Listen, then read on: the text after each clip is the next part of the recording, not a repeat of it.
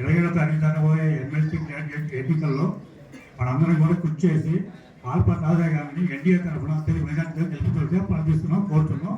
జై హింద్, జై భారత్.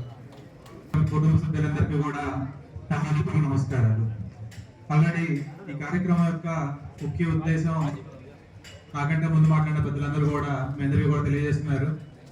ముఖ్యంగా చెప్పదలేదు ఒకటే, ఆల్రెడీ వైసీపీ ఎలక్షన్ని బాయ్కాట్ చేసింది. One side election. ఎక్కువ దూరం కూడా మనం పోవాల్సిన అవసరంలా, ఎంతో దూరం లేదు. మన మండల హెడ్ క్వార్టర్ మన జెడ్పీహెచ్ఎస్ హై స్కూల్లో ఏర్పాటు చేయడం జరుగుతుంది రేపు 27వ తారీఖున.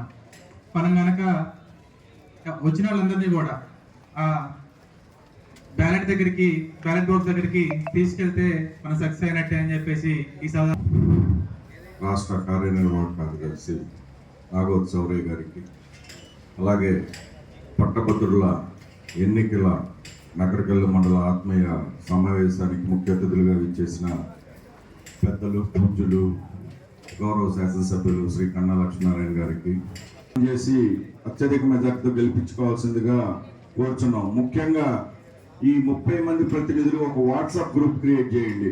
ఆ 30 మందిని కూడా వాట్సాప్ గ్రూప్ లో వాళ్ళందరినీ మెంబర్లుగా చేర్చి 27వ తారీఖు జరిగేటువంటి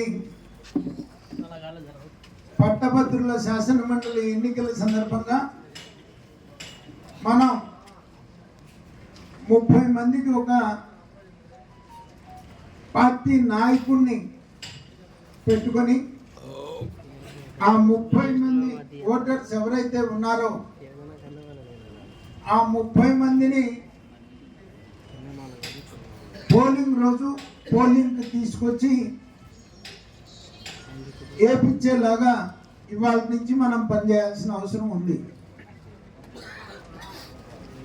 ఇవాళ నుంచి కూడా మీ పని మీకు అప్పచెప్పినటువంటి ఆ 30 మంది ఓటర్ లిస్ట్ అయితే ప్రతి గ్రామానికి ఇచ్చాం.